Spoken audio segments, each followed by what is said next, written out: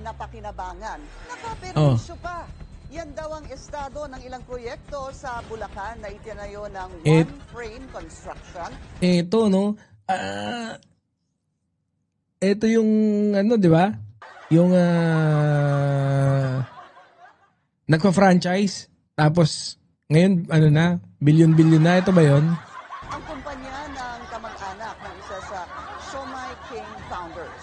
Una na silang napuna ng Anti-Money Laundering Council dahil sa paglobo ng yaman mula ng mangontrata sa gobyerno. Naritong exclusive Grabe, no? agenda report. Walang takot-takot eh. 'Di ba? Pero baka naman may papaliwanag nila kung ba't di ano no, bigla na lang yun yung ano eh. No? Although syempre, wala pa naman tong hindi ko alam kung ano yung status ng investigation or whatever, no? Since no, if you freeze na yung kayamanan nila, so most probably nakakita na ng ano probability na medyo ano tong dalawa. 'Di ba? Yun nga, maganda diyan. Talagang masampulan kasi alam niyo yung mga hindi na talaga nahihiya. Kasi nung umupo yung mga Duterte, and even until now, if you try to observe, yung mga Duterte, they say what they wanted to say. 'Di ba? And then they do whatever they wanted to do. Bakit? Kasi nga they know and they feel that they can get away with it. Yun lang naman yun eh.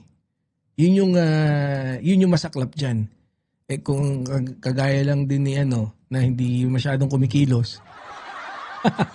Tingnan mo, nadali pa si ano, nadali pa si Chairman. Oh, ito. Sige, ipatuloy na lang natin yung balita. Ivy Reyes.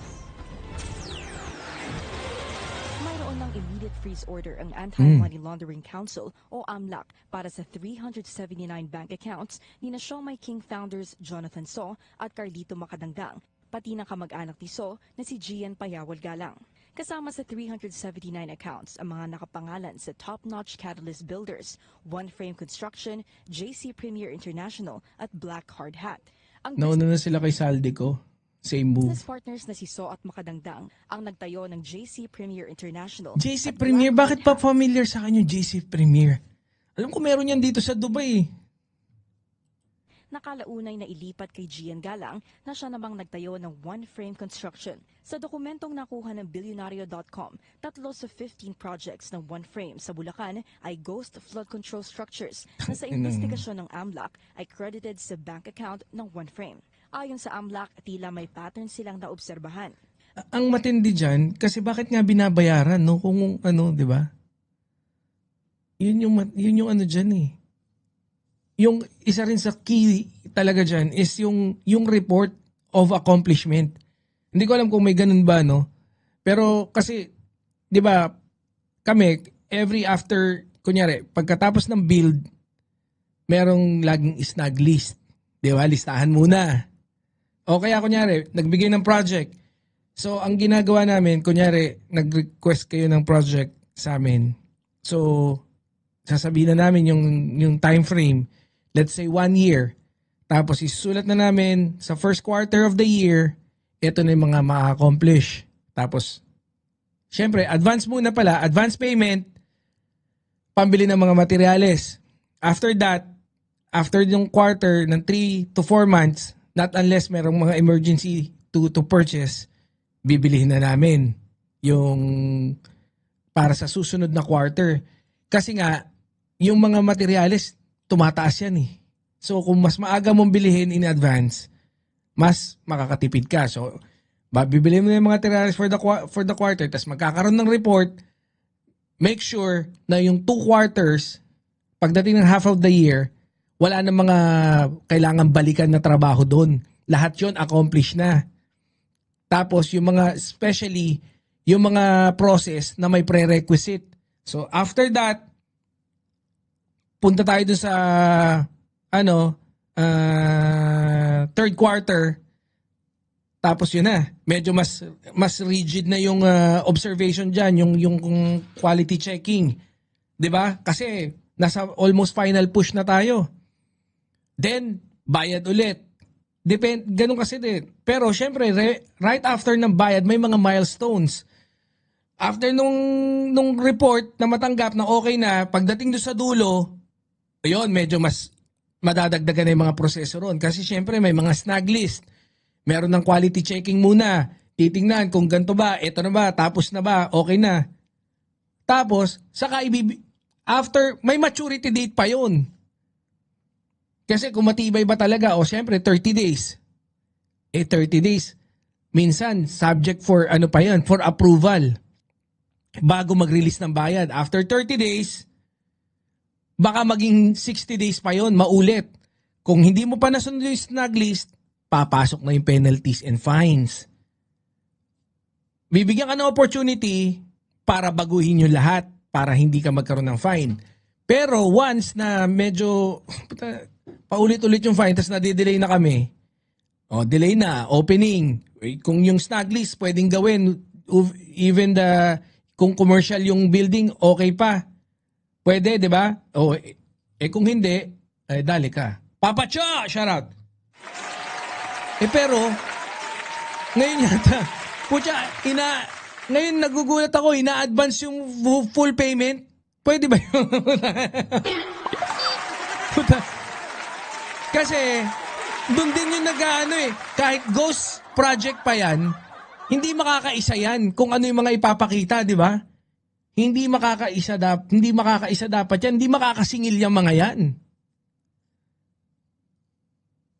Pero talagang kung maganda rin yung sistema nung kukupit, no? Kung matatalino rin talaga yung mga corrupt, meron talagang loophole pa rin yung process. Lagi namang may ganun eh.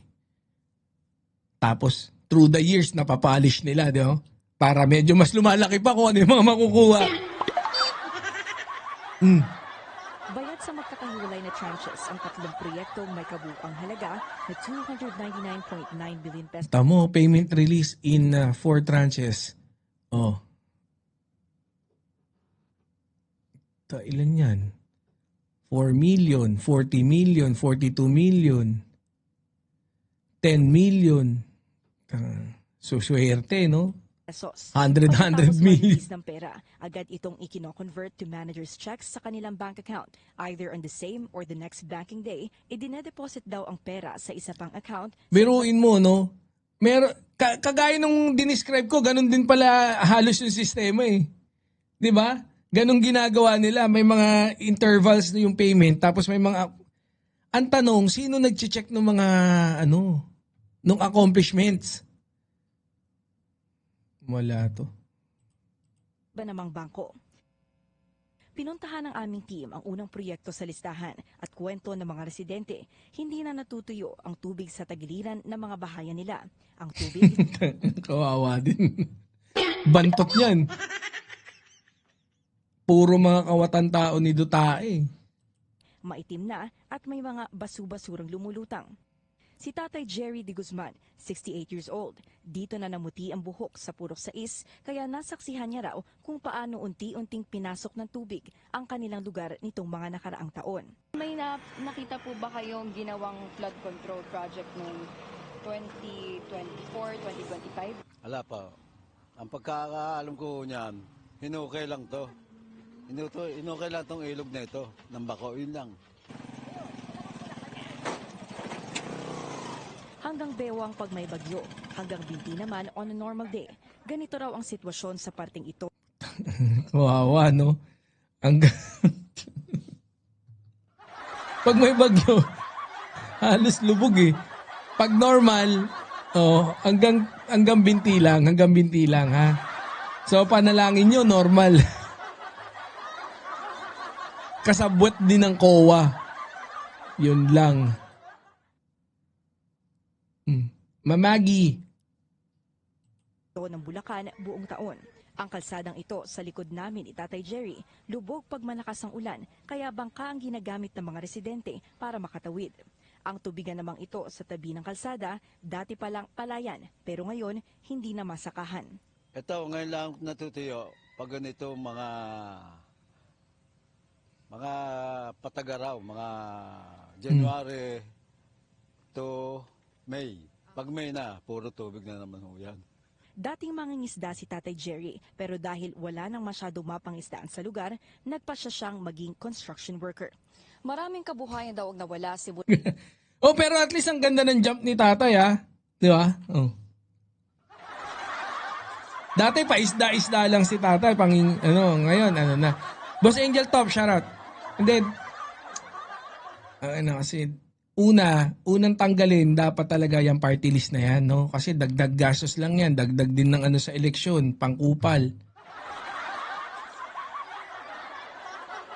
Oh. Boto po ulit kayo ng Kawatan.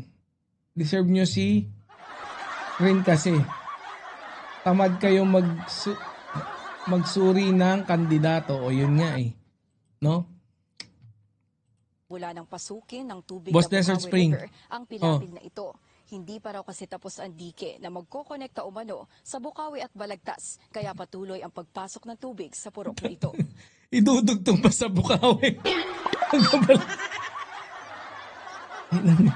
Kawawa mga kababayan natin. Hayop to mga DPWH dati talaga. Mga walang hiya, walang puso o putya. Ginawa ng no? Kinawawa yung mga kababayan natin. Pero in a way, mapalad pa rin talaga tayo dahil presidente natin si PBBM. And sana, no, talaga, kagaya nga ng sinasabi ko lagi, no, it's final stretch, no, ni PBBM, half of the year, half na ng term ni PBBM. Sana mas maging maganda talaga kung ako total, kagaya ng sinasabi ko, madami naman ng madami ng pumupuri kay PBBM, and we are one of it naman na pumupuri kay PBBM. Pero I think it's best for us to be able to really to extract yung kagalingan ni PBBM, 'di ba? I-criticize natin yung mga nakapiligid sa kanya para mas kumilos. Masagad natin yung talagang full power ni PBBM. Kasi, no? Yan na yan. Hanggang 2028 lang si PBBM. Swerte natin kung hanggang 2032. Di ba? Sana. Malay nyo naman, di ba?